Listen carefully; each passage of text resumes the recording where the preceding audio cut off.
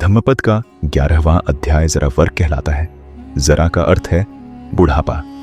भगवान बुद्ध कहते हैं ये शरीर हंसी और सजावट का विषय नहीं, क्योंकि ये रोगों का घर और नाशवान है।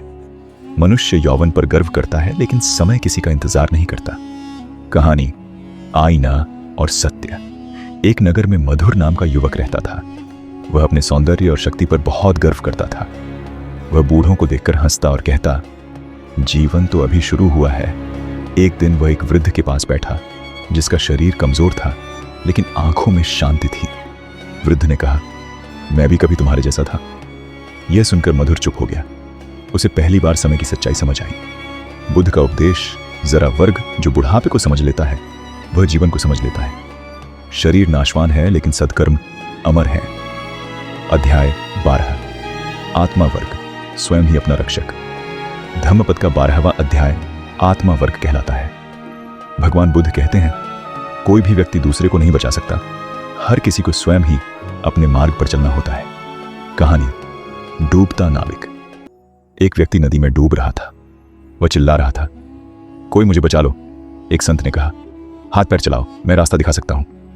उस क्षण वह समझ गया, बचाव खुद से ही शुरू होता है। बुद्ध का उपदेश, आत्मा वर्ग, स्वयं को जीत लेना हजारों युद्ध जीतने से श्रेष्ठ है। जो अपने मन को वश में करता है वही सच्चा साधक है। धम्मपद का 13वां अध्याय लोक वर्ग कहलाता है। लोक का अर्थ है यह संसार। भगवान बुद्ध इस अध्याय में हमें संसार का ऐसा सत्य बताते हैं जो देखने में सरल है लेकिन समझ में बहुत गहरा। बुद्ध कहते हैं यह संसार जैसा दिखाई देता है, वास्तव में वैसा है नहीं। मनुष्य इसे स्थायी समझ लेता है। इसी भूल के कारण वह दुख में फंस जाता है।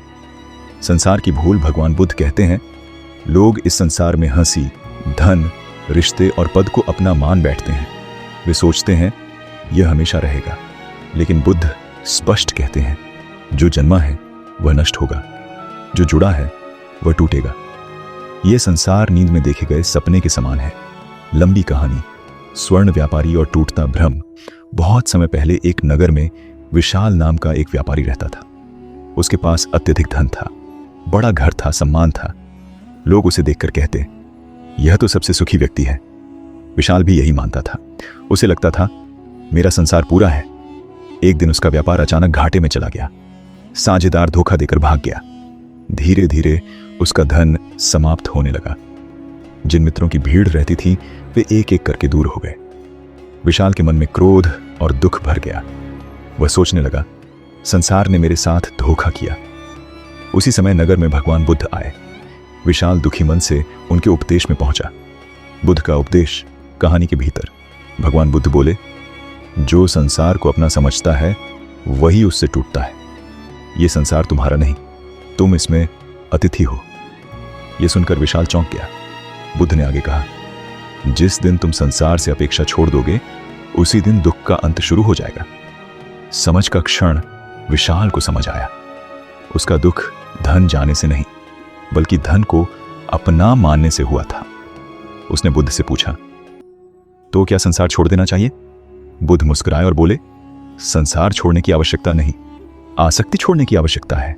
लोक वर्ग का गहरा अर्थ, भगवान बुद्ध कहते हैं, संसार फेन के समान है, झाग जैसा। संसार मृग तृष्णा के समान है, दूर से जल दिखता है। संसार सपने के समान है। जो व्यक्ति इसे समझ लेता है वह संसार में रहते हुए भी बंधन में नहीं पड़ता। दूसरी छोटी कहानी, कमल और कीचड़। कमल कीचड़ में पैदा होता है लेकिन कीचड़ से लिप्त नहीं होता। वैसे ही ज्ञानी व्यक्ति संसार में रहता है लेकिन संसार उसके मन को नहीं बांधता। बुद्ध का अंतिम उपदेश, लोक वर्ग। भगवान बुद्ध कहते हैं, जो संसार को असार समझता है वही सार को पा लेता है। आसक्ति दुख है और बोध मुक्ति है। जिस दिन मनुष्य यह देख लेता है कि कुछ भी मेरा नहीं, उसी दिन भय समाप्त हो जाता है। निष्कर्ष, पावरफुल एंडिंग।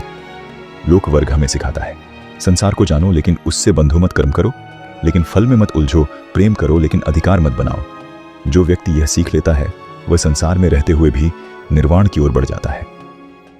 मैं हूं सुखवीर सिंह और यह था धम्मपद, अध्याय 13, लोक वर्ग।